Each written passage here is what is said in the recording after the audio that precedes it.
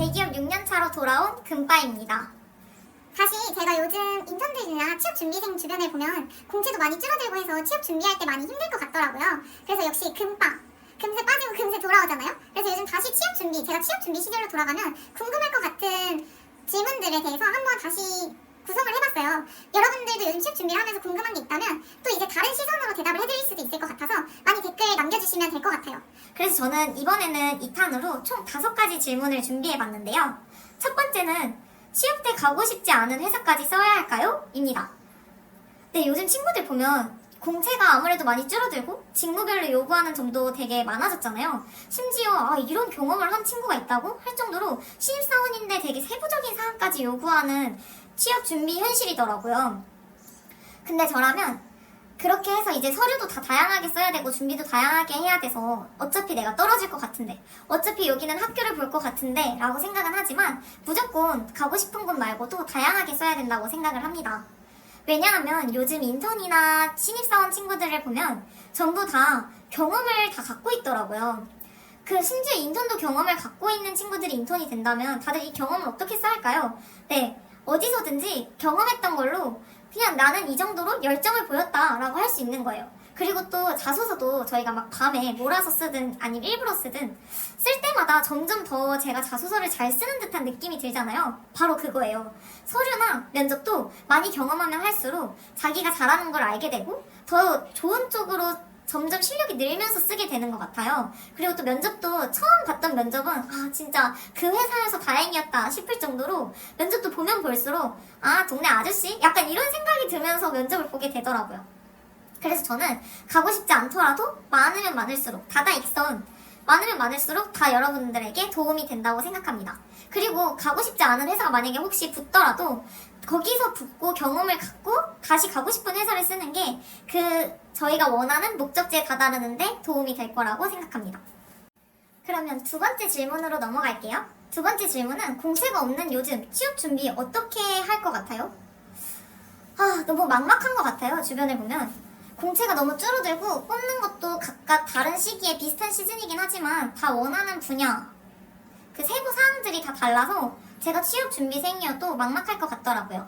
좀 뻔한 얘기긴 한데 저라면 제가 원하는 직무에 나와 있는 세부 우대 사항이나 경험을 쌓으려고 노력할 것 같아요. 물론 지금 이 영상을 보시는 분들이 1학년이나 2학년, 3학년이어도 정말 좋을 것 같아요. 미리 준비할 수 있으니까. 하지만 이걸 본다면 지금 이미 취업 준비를 하고 있는 4학년이던가 아니면 이미 취업을 준비를 한 번을 경험해봤을 거나 여러 번 경험해봤던 사람일 수도 있잖아요. 아니 나는 이미 대학교도 졸업했고 이제 막 학기고 친구들은 이미 취업을 다 하고 있는데 나보고 어떻게 쌓으라고. 아니 경험도 뭘 시켜줘야 내가 경험을 쌓지 이걸 어떻게 해? 이런 생각이 들 것 같아요. 저도 물론 그 서류 입사 우대상을 보면서 이런 걸 내가 할 수 있었으면 여기 안 왔지 막 이런 생각이 들긴 했거든요. 근데 제가 생각해보니까 신입사원들은 그렇게 전문적으로 진짜 나 이렇게 잘해? 이런 기술을 요구하는 게 아니에요. 거기 나와 있는 우대사항은 진짜 말 그대로 우대사항이고 이 관련된 우대사항에 대해서 얼마나 관심도를 갖고 경험을 갖고 있냐요. 요즘 세상 참 좋아졌단 말이에요. 학원도 갈 수 있고 친구들이랑 마음 맞는 친구들이랑 동아리도 즉흥적으로 만들 수 있고 유튜브도 잘 돼 있고 집에서 그냥 만약에 예를 들면 코딩 경험 그냥 집에서 그 학원에서 관련된 프로그래밍 공부했다. 이것도 경험이 될 수 있는 거고 민간 자격증도 경험이 될 수 있는 거고 그 우대사항은 지금도 우리가 쌓을 수 있단 말이에요. 늦었다고 생각할 때가 제일 빠를 때다. 지금이라도 시작하면 다른 친구들보다 더 빨라질 수도 있어요. 그래서 저라면 그렇게 취업 준비할 것 같아요. 집에서 저는 만약 기계공학과니까 아무래도 로봇 설계 유관 경험? 그냥 아두이노 로봇 키트 사서 집에서 조립하면 되잖아요. 그거를 하면 분명히 제가 뭔가 느끼고 배우는 점이 있을 거란 말이에요. 거기서 키포인트를 찾는 거죠. 그런 다음에 그런 거를 뭔가 경험이나 거기서 뭔가 자격증 전문화할 수 있는 걸 찾던가 아니면 그거를 자소서에 어떻게 잘 녹여볼 수 있을까 이런 관심도를 아니면 면접에서라도 작게 요즘 취미생활? 저 로봇 조립합니다. 관심이 많아서 집에서 그냥 저는 경험할 수 있는 경험이 많지 않아가지고 최대한 제가 집에서 해보려고 찾아보니까 그런 로봇을 조립해보게 되었습니다. 여기서는 이제 실질적으로 로봇을 조립하고 직접 설계를 하면서 잘할 수 있을 것 같습니다. 이런 식으로 말을 할 것 같아요. 네, 그러면 세 번째, 직무가 중요한가요?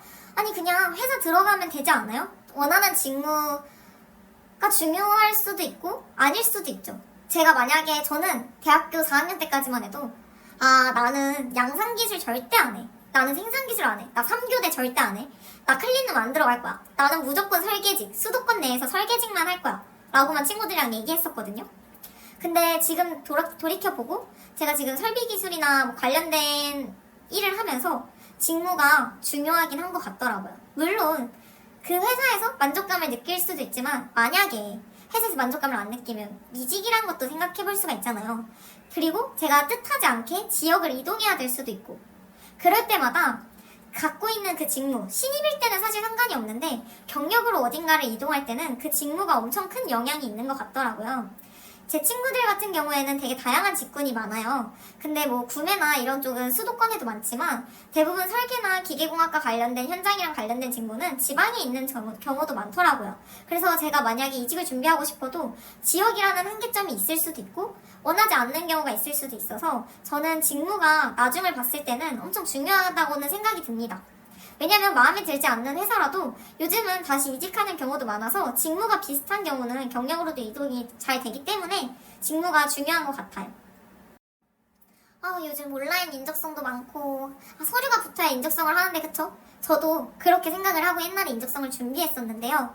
맨 처음에 저는 사실 진짜 웃긴 얘기인데 머리가 살짝 좋다고 생각을 했어요. 그래서 인적성이 IQ 테스트랑 비슷하다는 말이 있잖아요. 그래서 상반기 인턴을 썼을 때는 그때도 인적성을 2번이나 운 좋게 볼 수 있는 기회가 있었는데 공부를 안 했어요. 그냥 유리한 문제집이 있다 그래서 한 권을 거의 반권? 거의 3일? 이틀? 공부한 정도?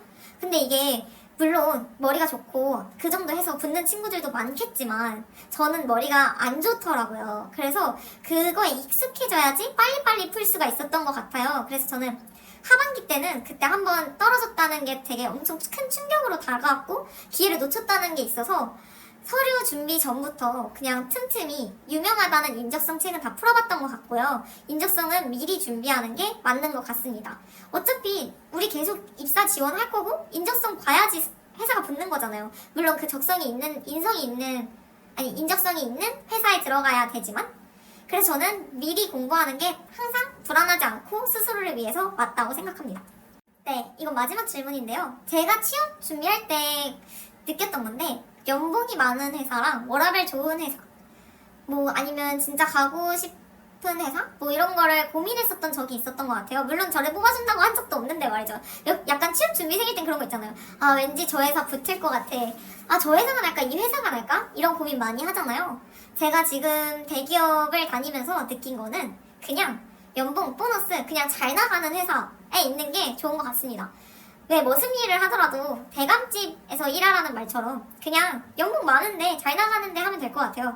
그 취업 당시에 제일 잘 나갔던 산업군 그냥 거기 취직하는 것도 좋은 것 같다고 느끼더라고요. 왜냐면 워라벨은 아무리 좋은 회사라고 해도 부서마다 다른 경우도 있고 엄청 워라벨이 그냥 모든 전 직원이 행복하지 않은 이상 제가 잘 맞는 부서원이 있을 수도 있고 그 부서마다 워라벨이 안 맞을 수도 있어요. 그래서 그냥 명확하게 숫자로 보이는 돈 많은 회사로 저는 갈 것 같아요.